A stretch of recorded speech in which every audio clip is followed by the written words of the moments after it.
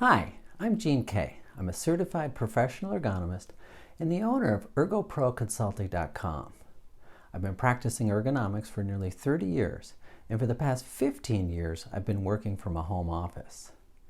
This video is talking about home office ergonomics, and I'm going to share with you some of the tips I've learned from my work and from with my consulting work that I do with people around the country. I've talked to many people at home working situations, and this is what we've learned. These are the important things.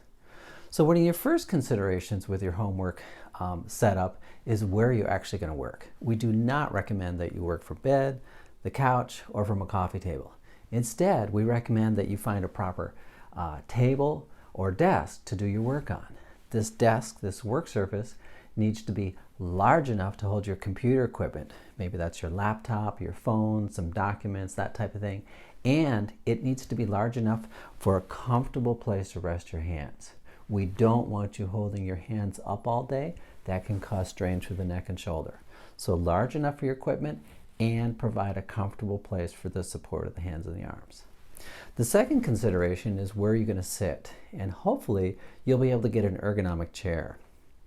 I'm partial to the big fancy ones from like Steelcase, the Steelcase Leap, the Steelcase Gesture, Herman Miller Mira, Herman Miller Aeron, or the Hayworth Zodi chair. Those are some of my personal favorites, but there are many very good chairs out there.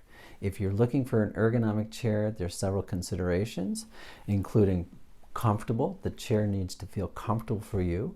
It needs to be the right size for you. It needs to be wide enough in the hips, long or short enough in the legs, so that when you're sitting you can actually reach and use the backrest. That backrest needs to recline. This is one of the most important ergonomic features. We need the chair to be able to rock or recline.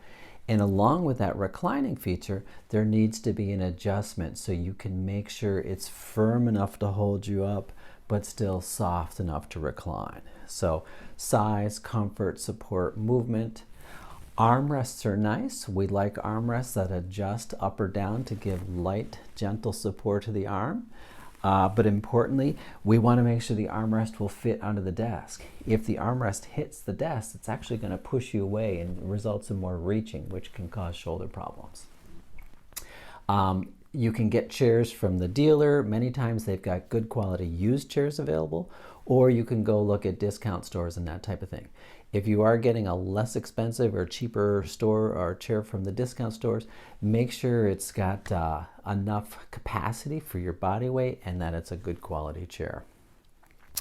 If you're stuck with a chair from your kitchen or dining room, hopefully you can choose a chair that is built with a slight recline, that it leans back a little bit. These are much more comfortable than a chair that's upright at 90 degrees. Leaning back a little bit shifts your weight onto the backrest and it reduces the strain in your back muscles. If your chair is hard wood or not very well padded, you may need an extra foam pad, or you may need to sit on a pillow. That can make it more comfortable. You may also find that you want a small lumbar cushion or lumbar roll to get a little more correct curve in the low back. The third consideration is where are you actually going to do your computing? Where are you going to work? We're assuming that most people are going to be working with a laptop computer. One option is to work off your lap, but it's not a great solution. For most of us, it's too low. We may have bent wrists here, and we're probably bending forward with the neck and upper body. If you are going to work off the lap, we recommend a pillow or a lap desk. This is essentially a pillow beanbag with a board on it. That gets it up higher, better for keying, better for typing. Hopefully most of you will be working off the work surface, off the tabletop, but do recognize that the standard desk is too tall for most of us. It's nice clearance for large people so their knees don't hit underneath, but it may be too high for keying. Pretty much every day I'm talking to somebody whose desk is too high, higher than the elbow. This results in them keying with a bent wrist, or if they elevate the shoulder, they can straighten the wrist, but now they've got shoulder strain. So if your desk is too high, that can cause a lot of strain here. One great solution that I've found is this little laptop stand. This is called the Aviator laptop stand. And by using this device, I solve a number of problems. My shoulder can relax, my wrist is straight, and I've lifted the monitor.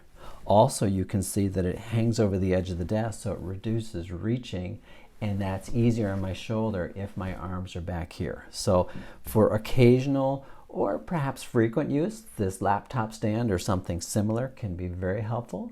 If you're using your computer frequently or continuously, you might even be much better off to close this, get a docking station, and plug in some devices. If you use, for example, an external keyboard and mouse, we can get that properly positioned where your hands and arms want to be. And then an external monitor, you can view more documents and you can position that for where the eyes and neck want to be. Keyboard and mouse, ideally, they're at about elbow height. If it's too high, the wrists are bent. If it's too low, the wrist is bent the other way. For monitor position, very important, we want the top of the screen below eye level. It sounds absurd, but really what we're talking about here is the normal reading position. Humans have been reading for about 3,000 years, and it works just fine to hold your materials here. Your monitor should be below eye level and tilted back. This reduces strain through the eye, neck, and shoulder. The final consideration, now that you've got your work surface, your chair, and your computing setup, is movement.